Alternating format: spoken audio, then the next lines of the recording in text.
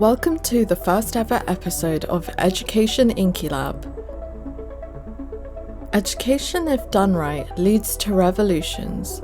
We have witnessed this as forms of protest for civil rights and anti-war.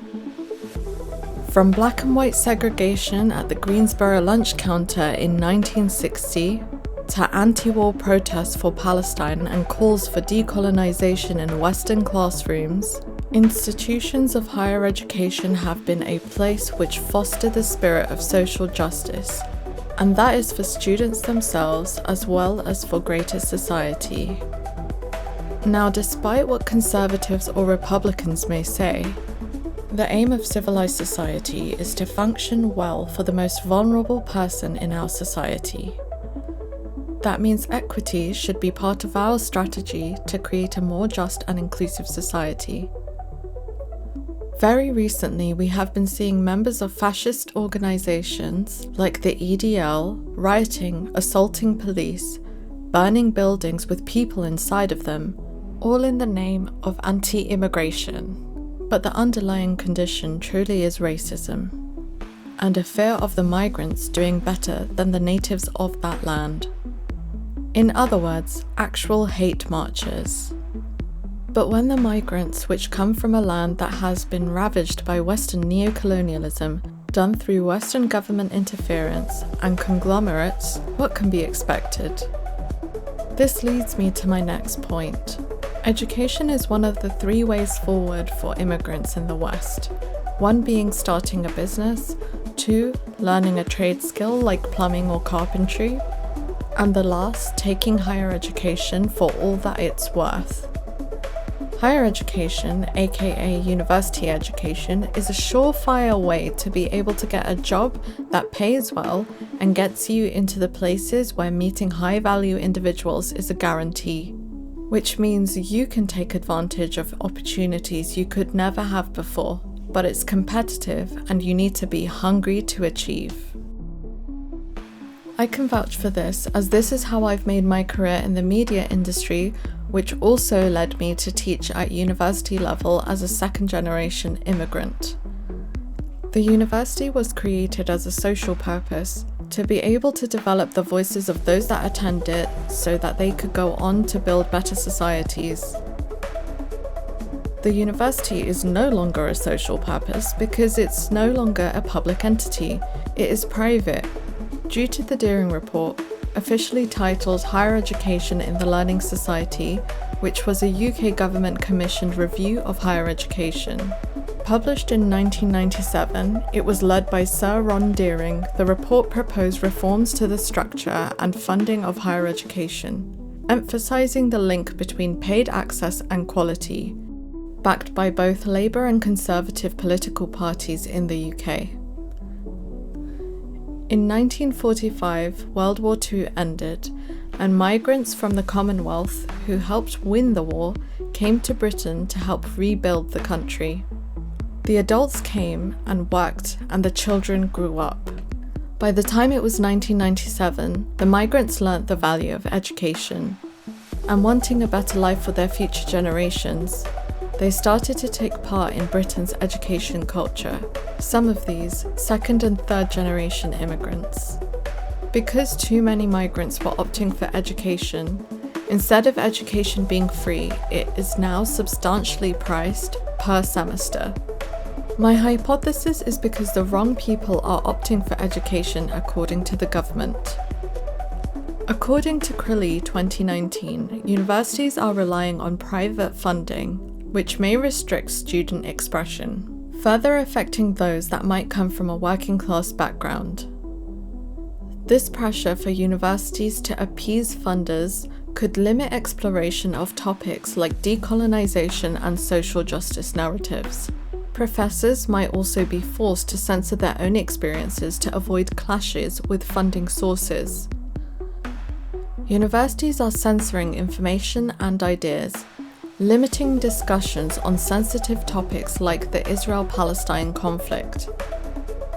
This academic censorship restricts free speech and hinders critical thinking. This is crucial for a healthy learning environment.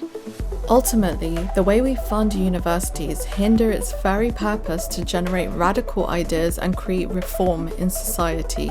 Can you see now how important education is, that they, the government, need to put in place fees to stop everyone from having an equal chance? At the end of the day, if Britain has more workers, that is also more tax to be collected for universities and the NHS. Don't forget, that's how taxes are supposed to work. And they're not to be sent to foreign countries to instigate wars. Even to get student loans, you need to have lived in the country for 3 years, which takes away many opportunities to study from new migrants or refugees. And we want these migrants to be serving our society in Britain, don't we? So training and upskilling is a necessity. Now, although this seems unfair, this is the only way to have a chance of having a better life whilst also preserving longevity of wealth, especially for people that aren't inclined towards business or manual labour. This is one of the surefire ways to change social class, provided you take every opportunity that comes your way in higher education. You could even be part of the government and other positions of power. And it's clear from current events that our black and brown faces are needed in positions of power. But say you do succeed in upskilling and education, and then you get kicked out of the country due to civil unrest of a few fascists. You then have a specialism that you can take with you to any country, maybe even your country of ethnic origin, and potentially help rebuild a stable society. Let's explore how. First up, economic development. Education equips individuals with the skills and knowledge needed for the workforce, driving economic growth and development. An educated workforce is more innovative and entrepreneurial, fostering economic progress and creating new opportunities for everyone. Next, let's talk about social cohesion. Education promotes shared values and cultural understanding, helping to build a cohesive society. It also provides opportunities for social mobility, reducing inequalities and allowing individuals to improve their socio-economic status. Education is key to political stability as well. An informed and educated populace is more engaged in political processes, leading to more stable and effective governance. Education encourages democratic participation, ensuring that citizens can make informed decisions and hold their leaders accountable. It promotes self-awareness and personal growth, allowing people to realize their full potential. Education has a profound impact on health and well-being. Educated individuals are more likely to understand health information and more informed health choices. And let's not forget family welfare. Education, especially for women, leads to better family planning, reduced child mortality, and improved family health and welfare. Environmental awareness is another critical area. Education raises awareness about environmental issues and promotes sustainable practices. It fosters a sense of global citizenship, encouraging individuals to take responsibility for global challenges like climate change and the West's war on the global majority. Education supports research and development, driving technological advancements that improve our quality of life. It prepares individuals to adapt to technological changes and the evolving demand of the modern world. Education also plays a key role in reducing crime. It provides opportunities and hope, reducing the likelihood of individuals engaging in criminal activities. Educational programs can also aid in the rehabilitation of those who have committed crimes, helping them reintegrate into society. Finally, education enriches our cultural life. It promotes the arts and humanities, fostering creativity and a deeper understanding of human experiences. In conclusion, education is a foundational element for building a good society. It empowers individuals and contributes to the collective well-being, progress, and stability of our communities. So we must continue to advocate for and invest in education. It's the key to a more prosperous future for all of us.